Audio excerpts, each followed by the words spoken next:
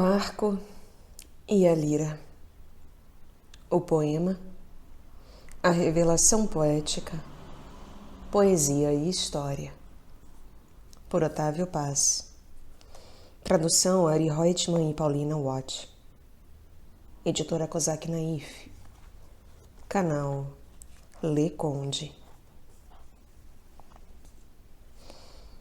A revelação poética.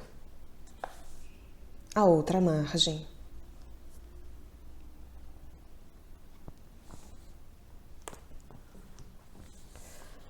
O homem se derrama no ritmo, marca da sua temporalidade. O ritmo, por sua vez, se declara na imagem. E a imagem volta para o homem sempre que alguns lábios repetem o poema. Por obra do ritmo, repetição criadora, a imagem, feixe de sentidos rebeldes à explicação, se abre à participação. A recitação poética é uma festa, uma comunhão. E o que se divide e se recria nela é a imagem. O poema se realiza na participação, que nada mais é que recriação do instante original. Assim, a abordagem do poema nos leva a abordar a experiência poética. O ritmo poético não deixa de oferecer analogias com o tempo mítico. A imagem, com o dizer místico, a participação, com a alquimia mágica e a comunhão religiosa. Tudo nos leva a inserir o ato poético no campo do sagrado. Mas tudo, da mentalidade primitiva à moda, os fanatismos políticos e até o crime, é suscetível de ser considerado forma do sagrado. A fertilidade dessa noção, da qual se abusou tanto como da psicanálise e do historicismo, pode nos levar às piores confusões. Por isso, estas páginas não se propõem a explicar a poesia por meio do sagrado, mas a traçar as fronteiras entre ambos e mostrar que a poesia constitui um fato irredutível, que só pode ser totalmente compreendido por si mesmo e em si mesmo. O homem moderno descobriu modos de pensar e de sentir que não estão longe do que chamamos parte noturna do nosso ser. Tudo o que a razão, a moral ou os costumes modernos nos fazem esconder ou desprezar constitui para os chamados primitivos a única atitude possível diante da realidade. Freud descobriu que não bastava ignorar a vida inconsciente para fazê-la desaparecer. A antropologia, por seu lado, mostra que se pode viver num mundo regulado pelos sonhos e pela imaginação, sem que isso signifique anormalidade ou neurose. O mundo do divino não deixa de nos fascinar, porque, para além da curiosidade intelectual, existe uma nostalgia no homem moderno. A onda dos estudos sobre os mitos e as instituições mágicas e religiosas tem as mesmas raízes que outras inclinações contemporâneas, como a arte primitiva, a psicologia do inconsciente ou a tradição oculta. Essas preferências não são casuais, são o testemunho de uma ausência, as formas intelectuais de uma nostalgia. Por isso, ao me debruçar sobre esse tema, não posso deixar de lado a sua ambiguidade. Por um lado, julgo que poesia e religião brotam da mesma fonte e que não é possível dissociar o poema da sua pretensão de mudar o homem sem correr o risco de transformá-lo numa forma inofensiva de literatura. Por outro lado, acredito que a missão prometeica da poesia moderna consiste em sua beligerância em relação à religião, fonte da sua deliberada intenção de criar um novo sagrado diante do que as igrejas atuais nos oferecem. Ao estudar as instituições dos aborígenes da Austrália e da África, ou ao examinar o folclore e a mitologia dos povos históricos, os antropólogos encontraram formas de pensamento e de comportamento que lhes pareciam um desafio à razão. Exortados a buscar uma explicação, alguns pensaram que se tratava de aplicações equivocadas do princípio de causalidade. Fraser achava que a magia era a atitude mais antiga do homem diante da realidade, da qual se havia desprendido ciência, religião e poesia. Ciência falaciosa, a magia era uma interpretação errônea das leis que governam a natureza. Lévi-Brul, por sua vez, referiu-se à noção de mentalidade pré-lógica baseada na participação. O primitivo não associa de maneira lógica, causal, os objetos de sua experiência.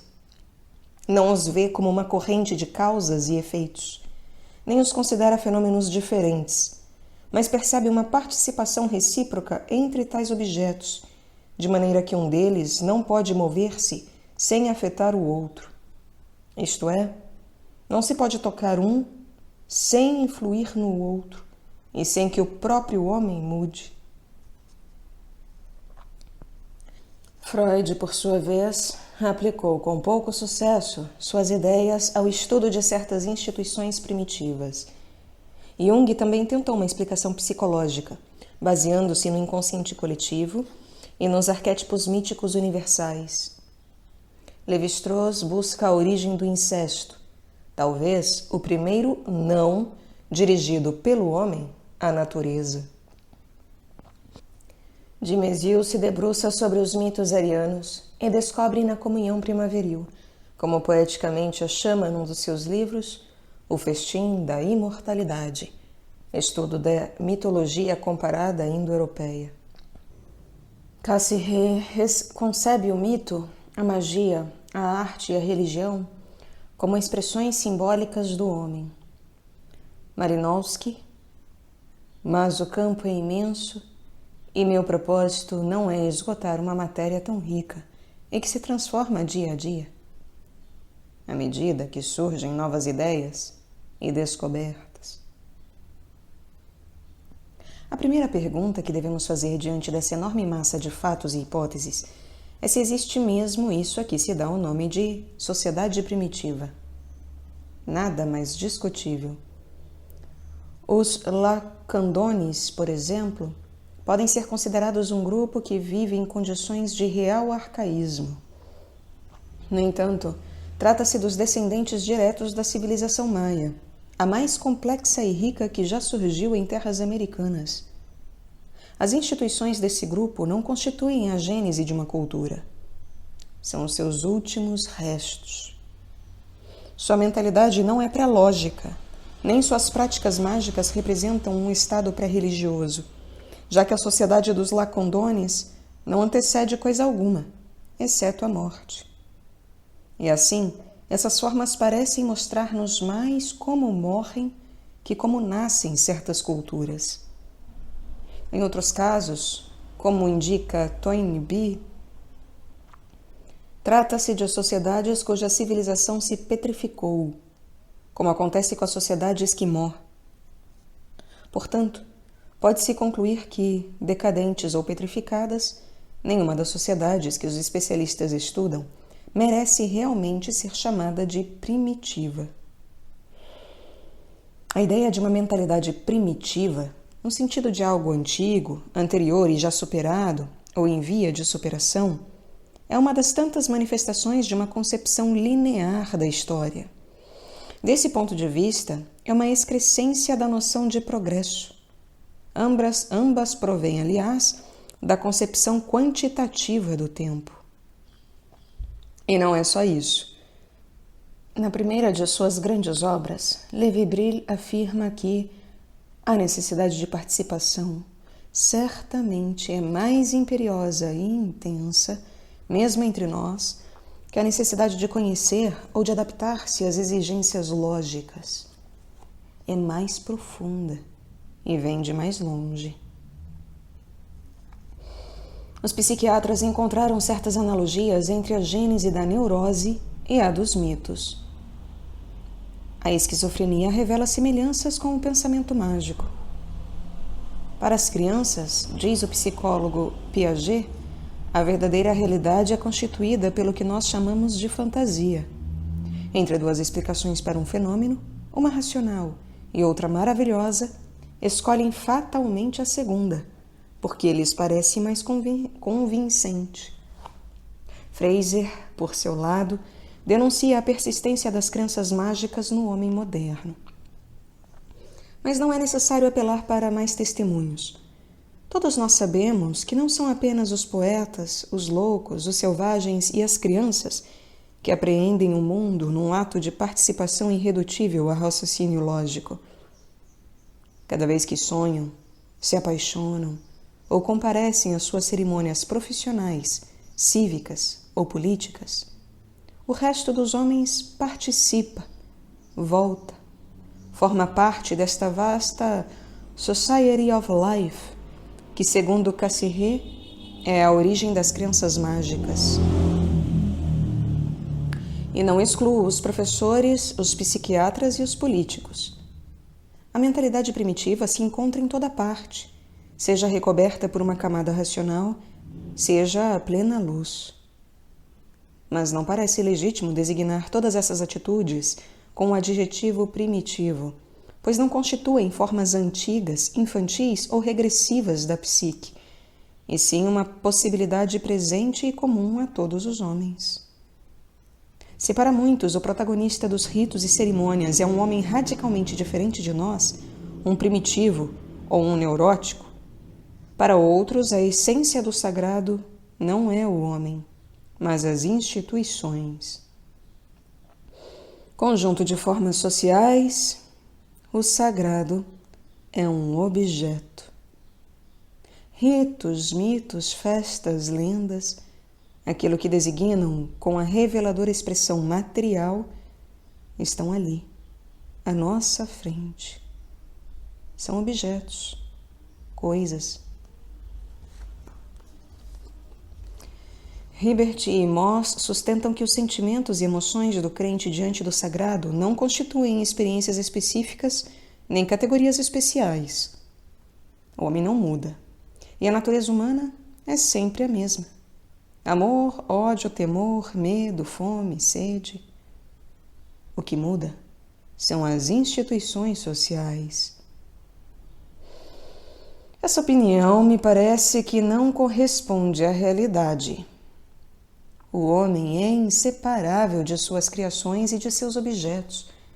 Se o conjunto de instituições que formam o universo do sagrado realmente constitui algo fechado e único, um verdadeiro universo, a pessoa que participa de uma festa ou de uma cerimônia é também um ser diferente daquele que, poucas horas antes, caçava no bosque ou dirigia um automóvel. O homem nunca é idêntico a si mesmo. Sua maneira de ser, aquilo que o distingue do resto dos seres vivos, é a mudança. Ou, como diz Ortega y Gasset, o homem é um ser insubstancial, carece de substância. E, justamente, o próprio da experiência religiosa é o salto brusco, a mudança fulminante de natureza. Não é verdade, portanto, que nossos sentimentos sejam os mesmos diante do tigre real e do deus tigre, diante de uma imagem erótica e das imagens tântricas do Tibete. As instituições sociais não são o sagrado, mas tampouco são a mentalidade primitiva ou a neurose. Os dois métodos têm a mesma insuficiência. Ambos convertem o sagrado em objeto. Portanto, será preciso fugir desses extremos e abraçar o fenômeno como uma totalidade da qual nós fazemos parte. Nem instituições separadas do seu protagonista, nem este isolado das primeiras. Também seria insuficiente uma descrição da experiência do divino como algo externo a nós. Essa experiência nos inclui e sua descrição será a nossa própria descrição. O ponto de partida de alguns sociólogos é a divisão da sociedade em dois mundos opostos, um profano, outro sagrado. O tabu poderia ser a linha de separação entre ambos. Numa área se podem fazer certas coisas que na outra são proibidas. Noções como pureza e sacrilégio surgiriam dessa divisão. Só que, como foi dito, uma mera descrição que não nos inclua só nos daria uma série de dados externos. Além do mais, toda e qualquer sociedade está dividida em diversas esferas. Em cada uma delas vigora um sistema de regras e proibições que não são aplicáveis às outras. A legislação relativa à herança não tem função no direito penal, embora tivesse em épocas remotas. Atos como enviar presentes, exigido pelas leis de etiqueta, seriam escandalosos se fossem praticados pela administração pública. As normas que regem as relações políticas entre as nações não são aplicáveis à família, nem as desta ao comércio internacional. Em cada esfera, as coisas se passam de certo modo, que é sempre privativo. Portanto, devemos entrar no mundo do sagrado para ver de maneira concreta como acontecem as coisas e, sobretudo, o que acontece conosco. Se o sagrado é um mundo à parte, como entrar nele? Mediante o que Kierkegaard chama de salto e nós, a espanhola, de salto mortal. Huineng, patriarca chinês do século VII, explica assim a experiência central do budismo. Mahaprajnaparamita é um termo sânscrito do país ocidental. Em língua Tang significa grande sabedoria, outra margem alcançada. O que é Maha? Maha é grande. O que é Prajna? Prajna é sabedoria. O que é Paramita? A outra margem alcançada. Apegar-se ao mundo objetivo é apegar-se ao ciclo do viver e do morrer, que é como as ondas que se erguem no mar. Isto se chama esta margem. Quando nos desprendemos do mundo objetivo, não há morte nem vida, e somos como a água correndo incessante. Isto se chama a outra margem. Ao final de muitos sutras Prajnaparamita, a ideia de viagem ou salto se manifesta de maneira imperiosa. Ido à outra margem, caído na outra margem. Poucos realizam a experiência do salto. Embora o batismo, a comunhão, os sacramentos e outros ritos de iniciação ou de passagem sejam destinados a nos preparar para essa experiência. Todos têm em comum o fato de transformar-nos, tornar-nos outros. É por isso que consistem em dar-nos um nome novo, indicando assim que já somos outros. Acabamos de nascer ou de renascer. O rito reproduz a experiência mística da outra margem, tanto como o acontecimento capital da vida humana, o nosso nascimento, que exige previamente a morte do feto. E talvez os nossos atos mais significativos e profundos não passem de repetição desse morrer do feto que renasce como criança. Em suma, o salto mortal, a experiência da outra margem, implica uma mudança de natureza. É um morrer e um nascer. Mas a outra margem está em nós mesmos. Sem nos mover, quietos, somos arrastados, impulsionados por um grande vento que nos expulsa para fora de nós. Ele nos joga para fora e, ao mesmo tempo, nos empurra para dentro de nós. A metáfora do sopro aparece repetidas vezes nos grandes textos religiosos de todas as culturas. O homem é desarraigado como uma árvore e arremessado para lá, para outra margem, ao encontro de si. E aqui se apresenta outra característica extraordinária. A vontade intervém pouco ou então participa de forma paradoxal. Se foi escolhido pelo grande vento, é inútil que o homem tente resistir. E vice-versa. Qualquer que seja o valor das obras ou o ardor da prece, o fato não se realiza se não intervier o poder estranho.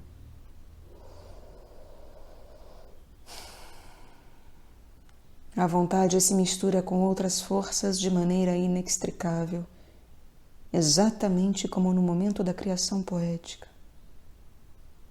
Liberdade e fatalidade se encontram no homem. O teatro espanhol nos oferece várias ilustrações desse conflito.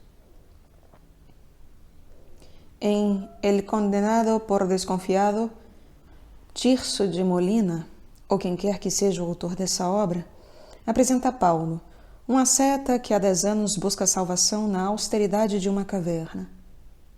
Um dia se sonha morto, comparece ante Deus e sabe a verdade. Irá para o inferno. Quando acorda, a dúvida. O demônio aparece em forma de anjo e lhe anuncia que Deus ordena que vá para Nápoles. Lá encontrará a resposta às reflexões que o atormentam na figura de Henrico. Nele verá o seu destino.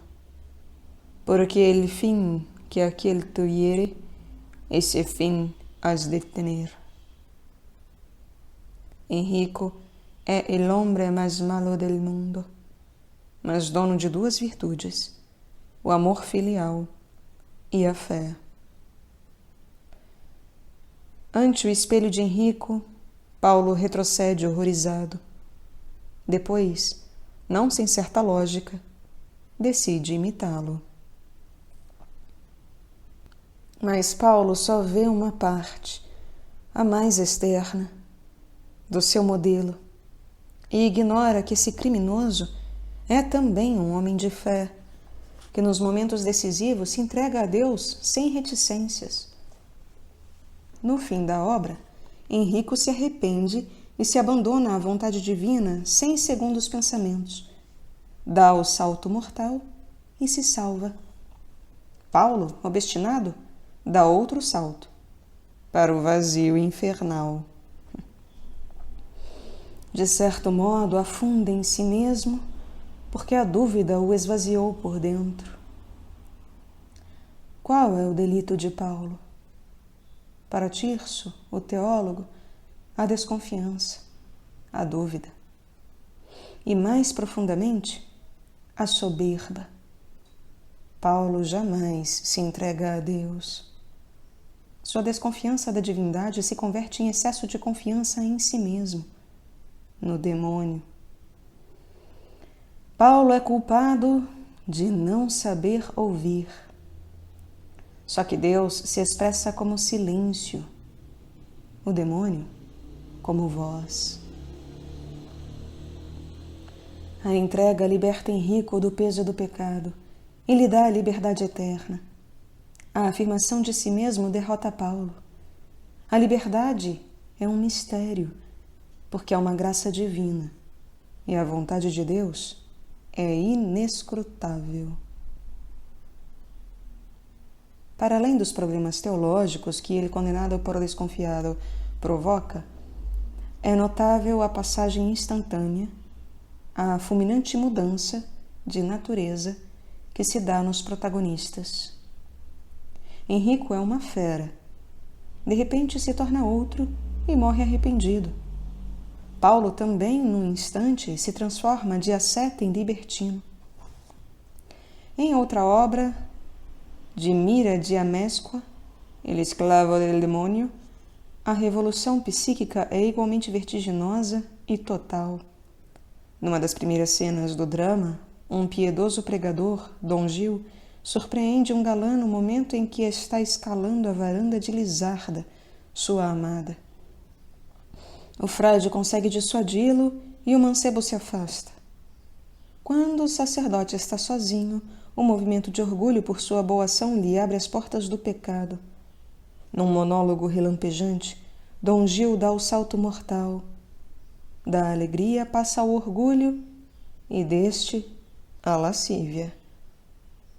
Num abrir e fechar de olhos se torna outro. Sobe pela escada que o cavalheiro deixara e, ao amparo da noite e do desejo, dorme com a donzela. Na manhã seguinte, Lisarda descobre a identidade do frade. Para ela também se fecha um mundo e se abre outro. Do amor passa a afirmação de si mesma, uma afirmação, por assim dizer, negativa. Já que o amor se nega a ela, só lhe resta abraçar o mal. A vertigem se apodera de ambos. A partir daí, a ação literalmente se precipita. O casal não retrocede diante de nada. Roubo, assassinato, parricídio. Mas seus atos, como os de Paulo e Henrico, não admitem uma explicação psicológica. É inútil buscar razões para esse ardor sombrio. Livremente, mas também impelidos, arrastados por um abismo que os chama, eles despencam em um instante, que é todos os instantes. Embora seus atos sejam fruto de uma decisão ao mesmo tempo instantânea e irrevogável, o poeta os apresenta habitados por outras forças, desmesurados, fora de si. Estão possuídos. São outros. E esse ser outros consiste num despencar em si mesmos. Deram um salto, como Henrico e Paulo. Saltos, atos que nos arrancam deste mundo e nos fazem penetrar na outra margem, sem muita certeza se somos nós ou é o sobrenatural quem nos lança. O mundo daqui é feito de contrários relativos. É o reino das explicações, das razões e dos motivos. Sopra o grande vento e se rompe a cadeia de causas e efeitos. E a primeira consequência dessa catástrofe é a abolição das leis da gravidade, naturais e morais. O homem perde peso, é uma pluma. Os heróis de Tirso e de Mira, de Améscoa, não enfrentam a menor resistência. Caem ou se elevam verticalmente, sem que nada os detenha. Ao mesmo tempo, a figura do mundo se inverte. O que estava em cima está embaixo, o que estava embaixo, em cima. O salto é rumo ao vazio ou ao pleno ser. Bem e mal são noções que adquirem outro sentido quando ingressamos na esfera do sagrado. Os criminosos se salvam, os justos se perdem. Os atos humanos são ambíguos. Praticamos o mal, ouvimos o demônio quando julgamos agir com retidão e vice-versa. A moral é alheia ao sagrado. Estamos em um mundo que é efetivamente outro mundo. A mesma ambiguidade distingue os nossos sentimentos e sensações diante do divino. Diante dos deuses e suas imagens, sentimos simultaneamente nojo e apetite, terror e amor, repulsa e fascinação. Fugimos daquilo que buscamos, como se vê nos místicos. Gozamos ao sofrer, dizem os mártires. Num soneto que tem como epígrafe palavras de São João Crisólogo, Quevedo descreve os gozos do martírio. A frase de São João Crisólogo: mais se abrasava que queimava.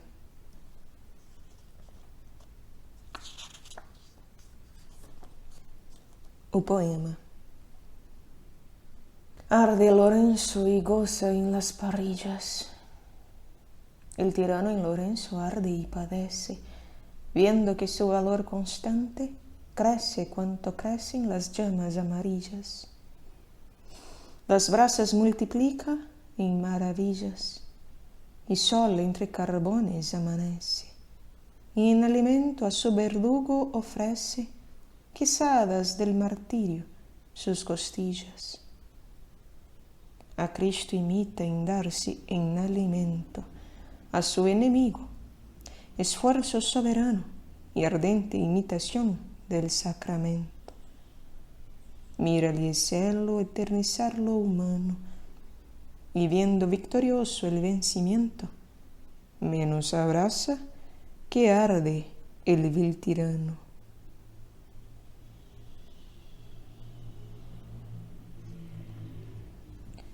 Em tradução do tradutor, arde Lourenço e goza sobre as grelhas.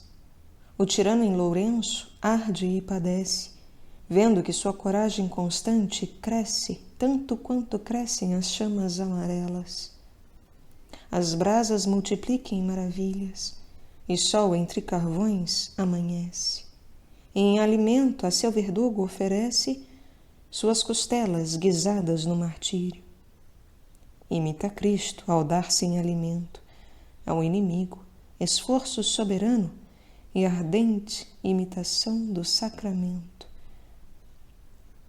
Olha o céu a eternizar o humano, e vendo vitorioso o vencimento, menos a brasa que arde o vil tirano.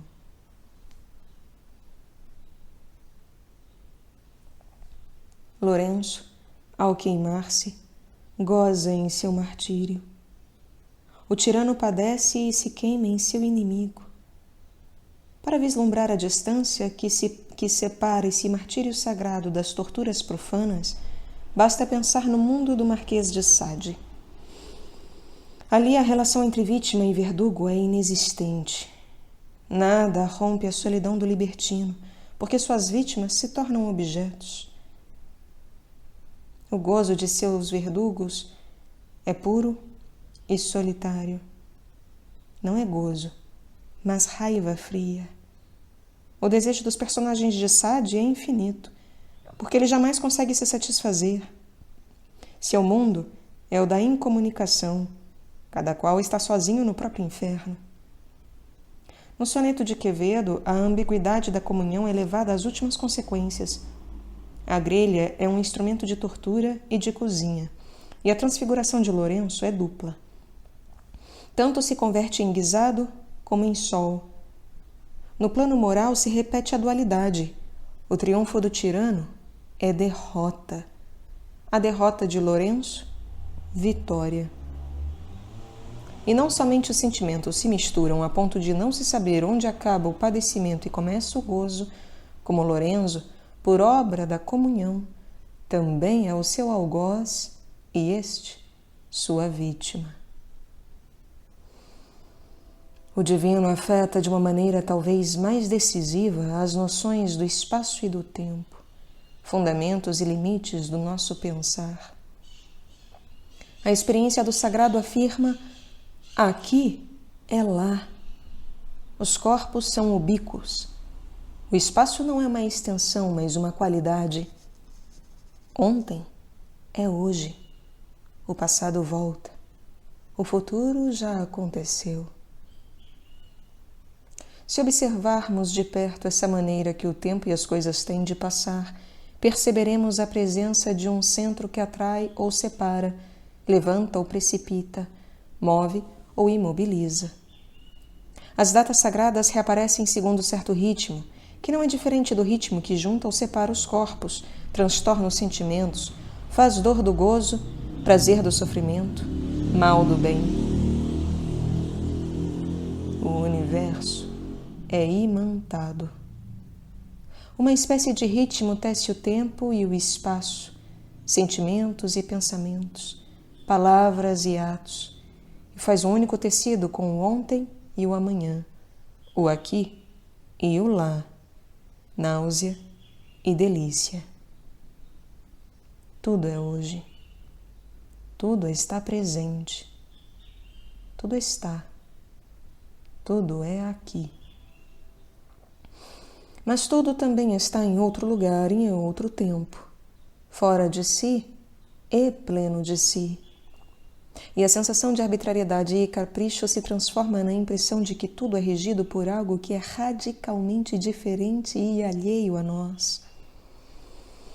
O salto mortal nos defronta com o sobrenatural.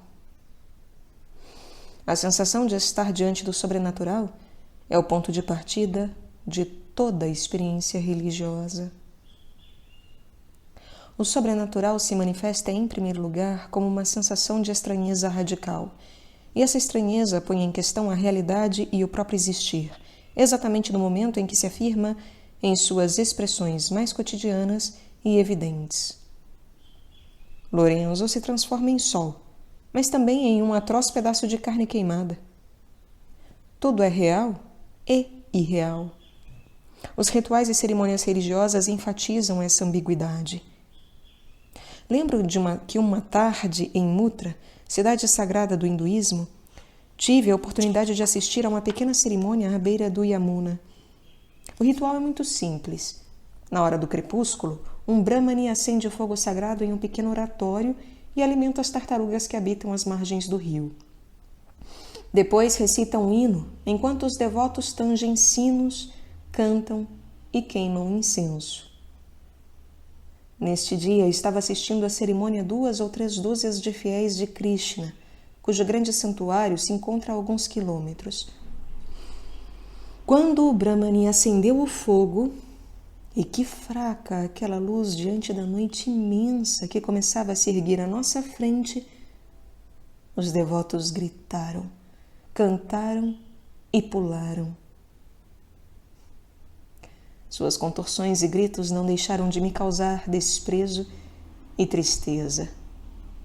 Nada menos solene, nada mais sórdido que aquele fervor desanimado. Enquanto crescia a pobre gritaria, crianças nuas brincavam e riam, outras pescavam ou nadavam. Imóvel, um camponês urinava na água opaca. Mulheres lavavam roupa. O rio fluía. Tudo continuava na vida de sempre e só as tartarugas pareciam exaltadas, esticando o pescoço para apanhar comida. Afinal, tudo ficou em sossego. Os mendigos voltaram para o mercado, os peregrinos para suas hospedarias, as tartarugas para a água. O culto a Krishna se reduzia a isso? Todo ritual é uma representação. Aquele que participa de uma cerimônia é como um ator que representa uma obra.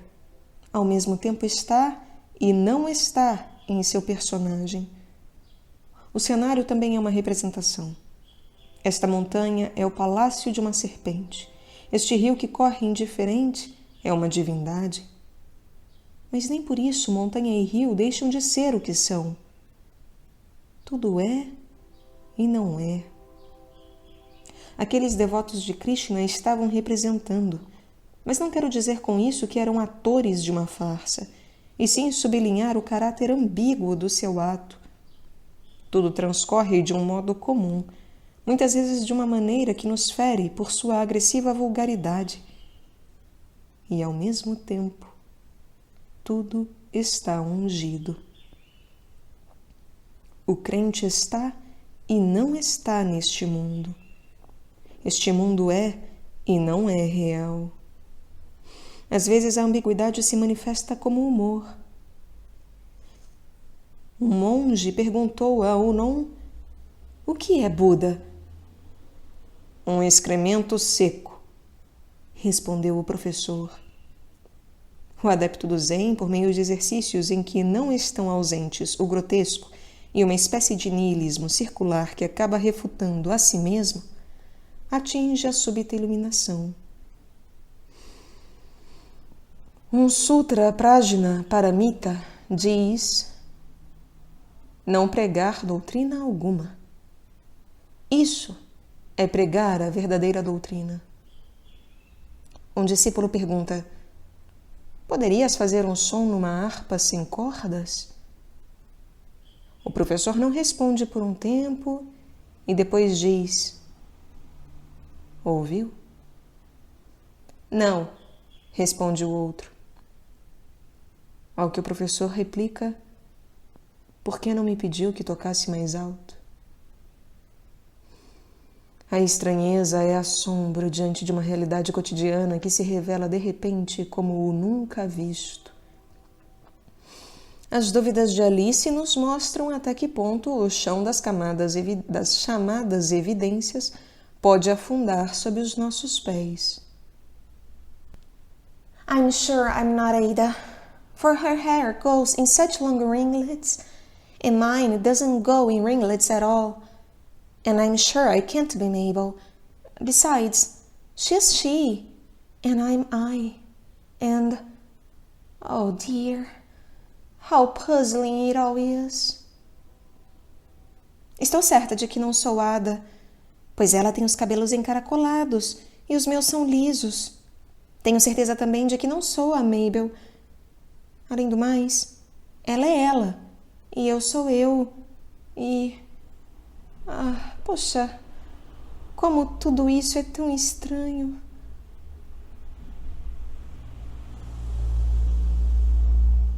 As dúvidas de Alice não são muito diferentes das dúvidas dos místicos e dos poetas. Tal como eles, Alice se assombra. Mas diante de que ela se assombra? Diante de si mesma. Diante da sua própria realidade, sim. Mas também diante de algo que questiona a sua realidade. A identidade do seu próprio ser. Isto que está à nossa frente, árvore, montanha, imagem de pedra ou de madeira, eu mesmo que me observo, não é uma presença natural. É outro. Está habitado pelo outro. A experiência do sobrenatural é a experiência do outro. Para Rudolf Otto, a presença do outro, e poderíamos acrescentar a sensação de outridade, se manifesta como um mistério tremendo e um mistério que faz tremer. Analisando o conteúdo do tremendo, o pensador alemão encontra 3 elementos. Em primeiro lugar, o terror sagrado, isto é, um terror especial, que não se pode comparar com o medo que um perigo conhecido nos provoca. O terror sagrado é pavor indizível, precisamente por ser uma experiência do indizível. O segundo elemento é a majestade da presença ou aparição. Tremenda majestade. Finalmente, ao poder majestoso se alia a noção de energia do luminoso, e assim a ideia de um Deus vivo, ativo, todo-poderoso, é o terceiro elemento. Pois bem, as 2 últimas características são atributos da presença divina e parecem antes derivar da experiência que constituir o seu núcleo original.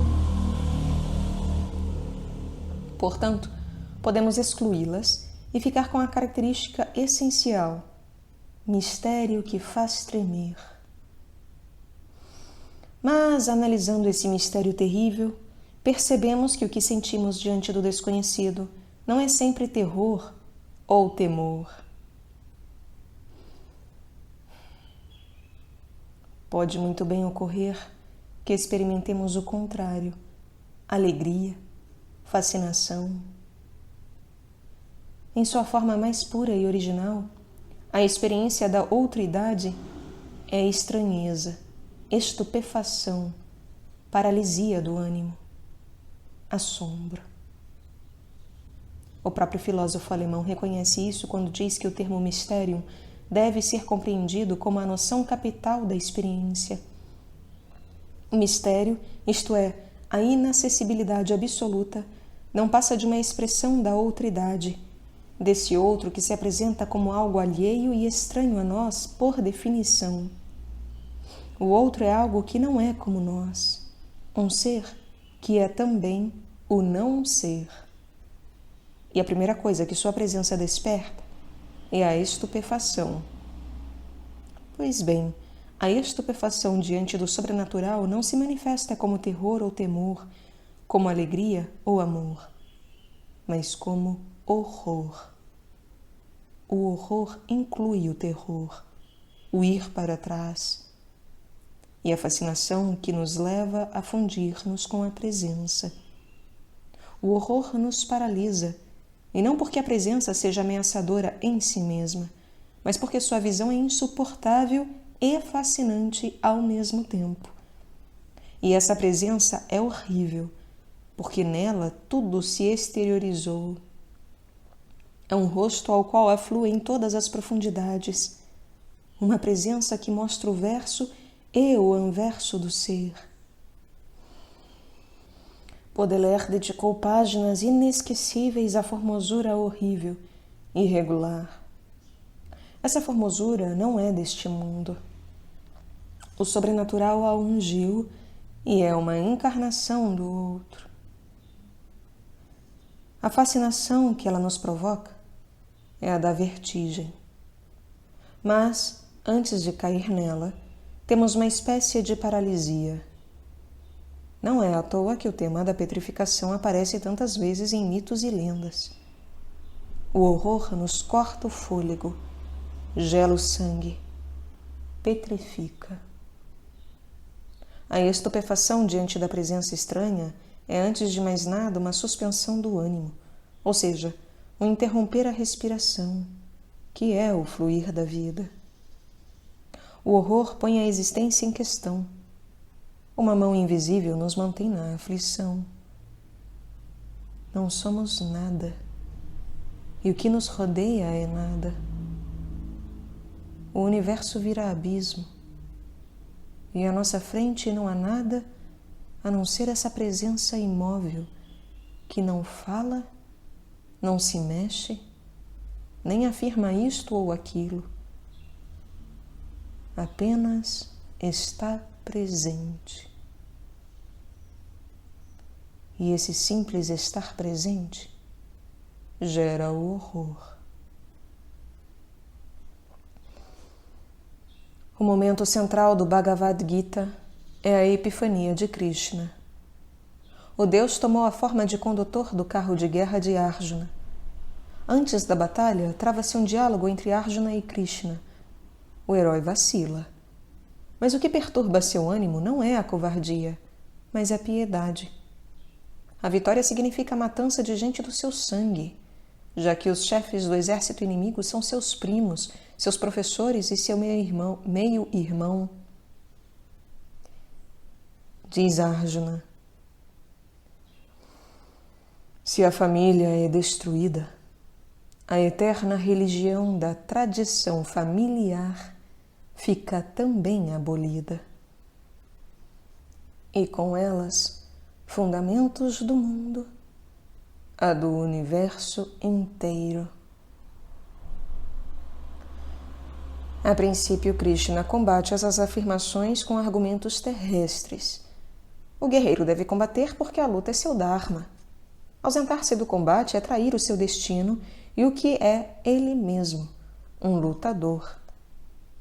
Nada disso convence Arjuna. Matar é um crime. E um crime inexpiável, porque vai engendrar um karma sem fim. Krishna responde com argumentos igualmente poderosos. Recusar-se não vai impedir o derramamento de sangue, mas levará aos Pandu a derrota e a morte. A situação de Arjuna lembra um pouco a de Antígona, só que o conflito de Gita é mais radical. Antígona se debate entre a lei sagrada e a da cidade. Sepultar um inimigo do Estado é um ato injusto. Não enterrar um irmão, impiedade. O ato que Krishna propõe a Arjuna não é inspirado na piedade nem na justiça. Nada o justifica. Daí que, esgotadas as razões, Krishna se manifeste. Não é por acaso que o Deus se apresenta como uma forma horrível, pois se trata de uma verdadeira aparição, quero dizer, uma presença em que ficam aparentes, visíveis, externas, evidentes, todas as formas da existência, e, em primeiro lugar, as ocultas e escondidas. Arjuna, petrificado, estupefato, descreve assim a sua visão. Vendo parentes e inimigos presentes diante de mim, com tal ânimo de luta, sinto o meu corpo tremer e minha boca secar. O meu corpo está tremendo e o meu cabelo arrepia. Minha pele está ardendo e até meu arco gandiva escorrega em minha mão.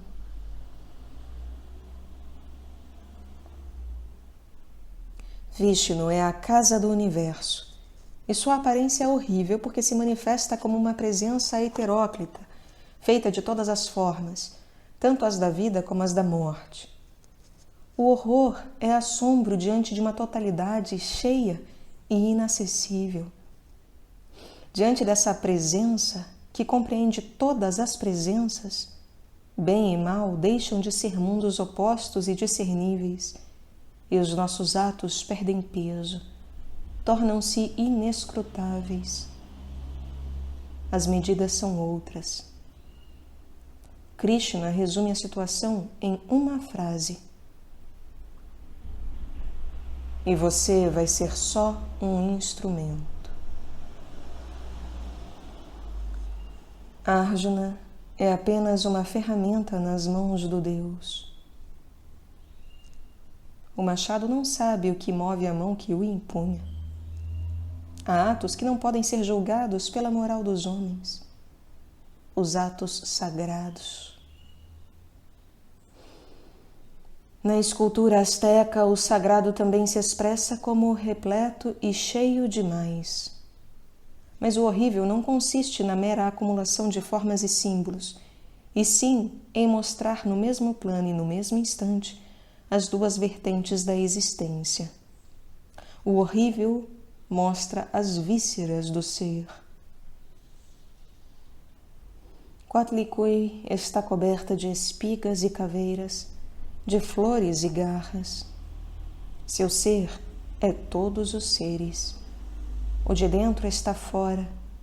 Por fim, são visíveis as vísceras da vida.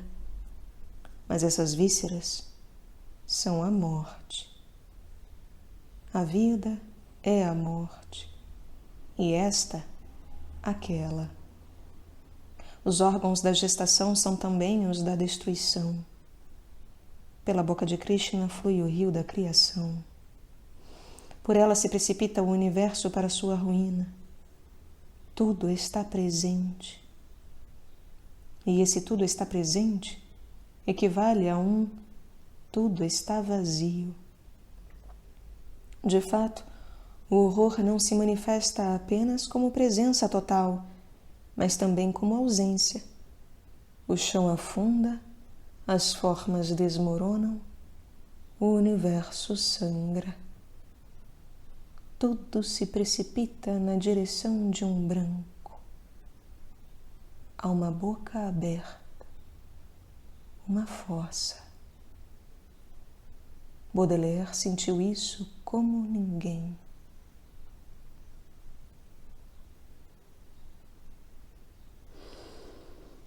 Pascal em si tinha um abismo se movendo. Ai, tudo é abismo. Sonho, ação, desejo intenso. Palavra. E sobre mim, num calafrio, eu penso. Sentir do medo o vento, às vezes se estendendo.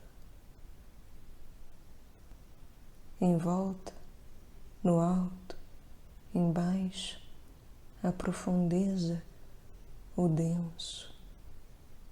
Silêncio. A tumba. o espaço cativante e horrendo.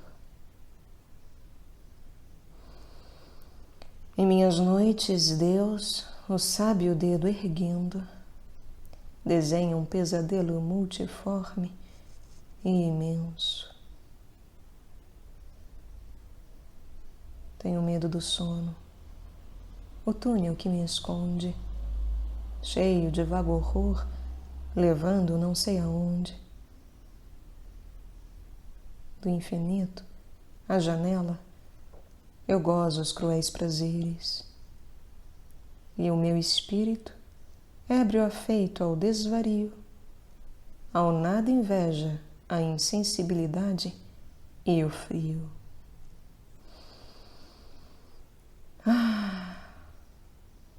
Não sair jamais dos números e seres.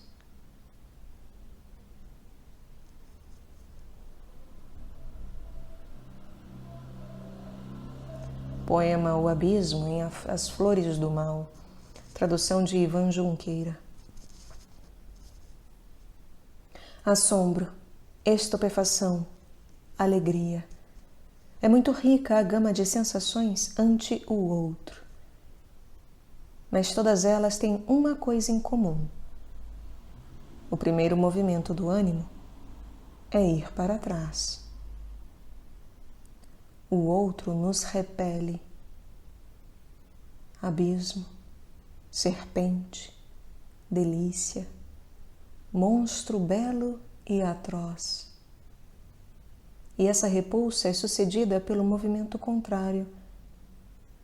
Não conseguimos tirar os olhos da presença e nos inclinamos para o fundo do precipício. Repulsa e fascinação. E depois a vertigem. Cair, perder-se, ser um com o outro, esvaziar-se, ser nada, ser tudo, ser. Força de gravidade da morte, esquecimento de si, abdicação e, simultaneamente, um instantâneo dar-se conta de que essa presença estranha também somos nós. Isso que me repele também me atrai. Esse outro também é eu. A fascinação seria inexplicável se o horror diante da outridade não estivesse tingido desde a raiz pela suspeita da nossa identidade final com aquilo que nos parece de tal maneira estranho e alheio. A imobilidade também é queda. A queda, ascensão. A presença, ausência. O temor, profunda e invencível atração. A experiência do outro culmina na experiência da unidade. Os dois movimentos contrários se implicam. No ir para trás, já pulsa o salto para frente. O precipitar-se no outro se apresenta como uma volta a algo do qual fomos arrancados. Cessa a dualidade. Estamos na outra margem. Já demos o salto mortal. Já nos reconciliamos com nós mesmos. Às vezes, sem motivo aparente, ou como dizemos em espanhol, porque sí, vemos de verdade o que nos rodeia. E essa visão é, à sua maneira, uma espécie de teofania ou aparição, pois o mundo se revela em suas dobras e abismos como Krishna diante de Arjuna. Atravessamos todos os dias a mesma rua ou o mesmo jardim. Todas as tardes os nossos olhos esbarram no mesmo muro vermelho, feito de tijolos e tempo urbano. De repente, num dia qualquer, a rua dá para outro mundo. O jardim acaba de nascer. O muro cansado se cobre de signos. Nunca o tínhamos visto.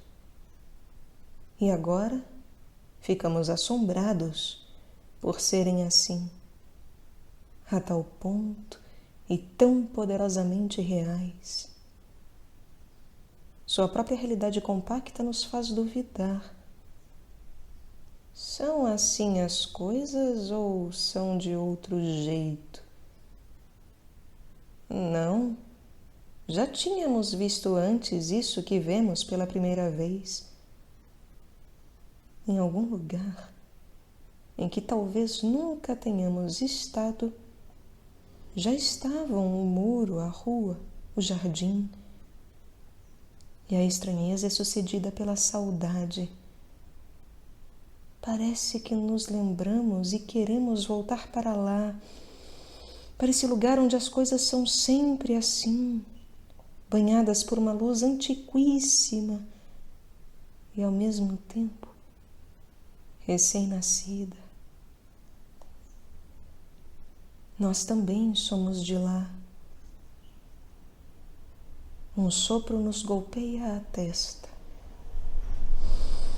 Estamos encantados, suspensos no meio da tarde imóvel. Adivinhamos que somos de outro mundo. É a vida anterior que retorna.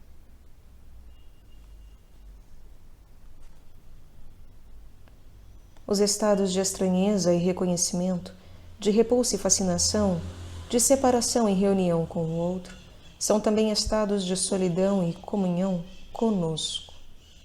Aquele que está realmente a sós consigo mesmo, aquele que se basta em sua própria solidão, não está sozinho.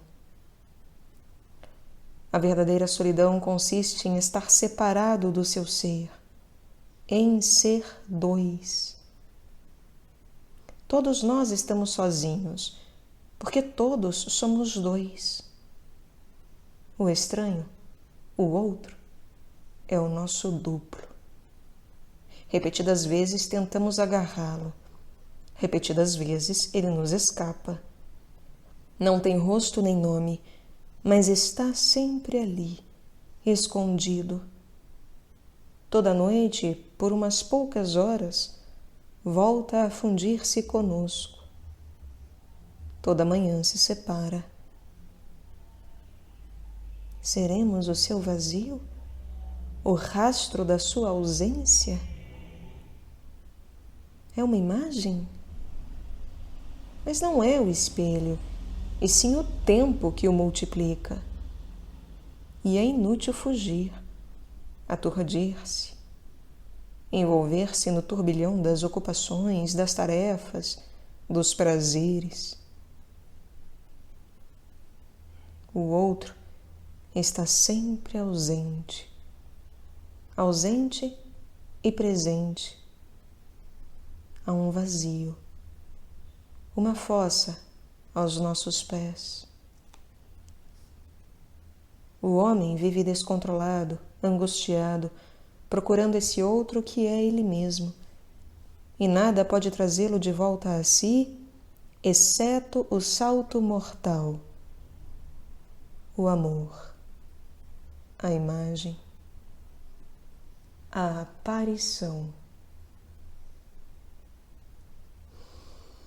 Diante da aparição, porque se trata de uma verdadeira aparição, hesitamos entre avançar e retroceder. O caráter contraditório das nossas emoções nos paralisa. Esse corpo, esses olhos, essa voz nos fazem mal e ao mesmo tempo nos enfeitiçam. Nunca havíamos visto esse rosto e ele já se confunde com o nosso passado mais remoto. É a estranheza total e a volta a algo que não admite outro qualificativo senão o de visceral. Tocar nesse corpo é perder-se no desconhecido, mas também é chegar à terra firme. nada mais alheio e nada mais nosso. O amor nos suspende, nos arranca de nós mesmos e nos joga no estranho por excelência. Outro corpo, outros olhos, outro ser.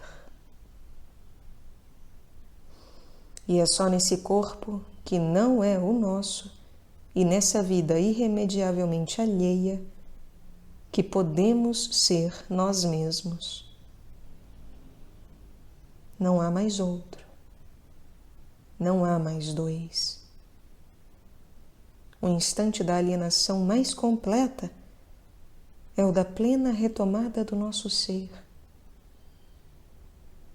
Aqui também tudo se faz presente e vemos o outro lado, o obscuro e escondido da existência. De novo, o ser abre as suas vísceras. As semelhanças entre o amor e a experiência do sagrado são mais que coincidências. Trata-se de atos que brotam da mesma fonte. Em diferentes níveis da existência, se dá o salto e se pretende chegar a outra margem. A comunhão, para citar um exemplo muito utilizado, realiza uma mudança na natureza do crente. O alimento sagrado nos transmuta. E esse ser outro nada mais é que recuperar a nossa natureza ou condição original. A mulher, dizia Novali, é o alimento corporal mais elevado. Graças ao canibalismo erótico, o homem muda, isto é, volta ao seu estado anterior. A ideia de regresso, presente em todos os atos religiosos, em todos os mitos e até nas utopias, é a força de gravidade do amor. A mulher nos exalta, nos faz sair de nós e, simultaneamente, nos faz voltar, cair, voltar a ser. Fome de vida, fome de morte. Salto da energia, disparo, expansão do ser. Preguiça, inércia cósmica, cair no sem fim. Estranheza diante do outro. Volta a si mesmo. Experiência da unidade e identidade final do ser. Os primeiros a observar a origem comum do amor, da religião e da poesia foram os poetas. O pensamento moderno confiscou esse descobrimento para seus próprios fins. Para o niilismo contemporâneo, poesia e religião não passam de formas da sexualidade. A religião é uma neurose, a poesia é uma sublimação. Não é necessário examinar essas explicações.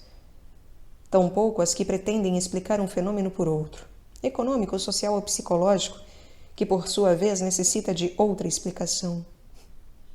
Todas essas hipóteses, como foi dito muitas vezes, revelam o imperialismo do particular, característico das concepções do século passado. A verdade é que na experiência do sobrenatural, como na experiência do amor e na da poesia, o homem se sente arrancado ou separado de si. E essa primeira sensação de ruptura é sucedida por outra de total identificação com aquilo que nos parecia externo e no qual nos fundimos de tal modo que é indistinguível e inseparável do nosso próprio ser.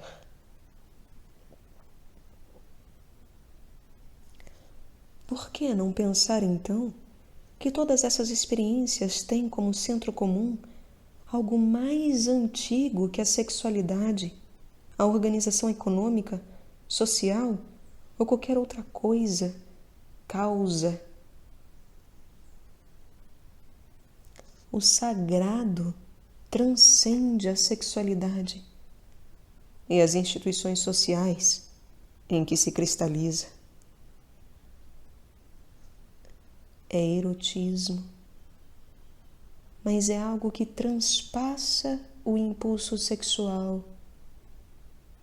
É um fenômeno social, mas é outra coisa. O sagrado nos escapa. Ao tentar captá-lo, descobrimos que tem origem em algo anterior e que se confunde com o nosso ser. Outro tanto acontece com o amor e a poesia. As três experiências são manifestações de algo que é a própria raiz do homem. Nas três pulsa a saudade de um estado anterior. E esse estado de unidade primitiva, do qual fomos separados, do qual estamos sendo separados a cada momento, constitui a nossa condição original, a qual voltamos uma e outra vez. Não sabemos bem o que é que nos chama lá no fundo do nosso ser. Entrevemos a sua dialética e sabemos que os movimentos antagônicos em que se manifesta, estranheza e reconhecimento, elevação e queda, horror e devoção, repulsa e fascinação, tendem a desembocar em unidade. Escapamos assim à nossa condição? Regressamos mesmo ao que somos? Volta ao que fomos e antecipação do que seremos. A nostalgia da vida anterior é pressentimento da vida futura.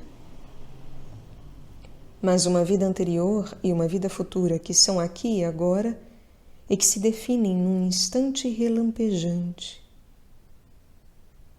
Essa nostalgia e esse pressentimento são a substância de todas as grandes empreitadas humanas, seja poemas, seja mitos religiosos, utopias sociais ou empreendimentos heróicos. E talvez o verdadeiro nome do homem, a chave do seu ser, seja desejo. Pois o que é a temporalidade de Heidegger ou a outridade de Machado? O que é esse contínuo projetar-se do homem na direção do que não é ele mesmo, senão desejo? Se o homem é um ser que não é, mas se está sendo, um ser que nunca acaba de ser-se, não será um ser de desejos, tanto como um desejo de ser? No encontro amoroso, na imagem poética e na teofania se conjugam sede e satisfação. Somos simultaneamente fruto e boca, em unidade indivisível. O homem, dizem os modernos, é temporalidade. Mas essa temporalidade quer se aquietar, saciar, completar a si mesma. Flui para satisfazer-se. O homem se imagina, e ao imaginar-se, ele se revela. O que é que a poesia nos revela?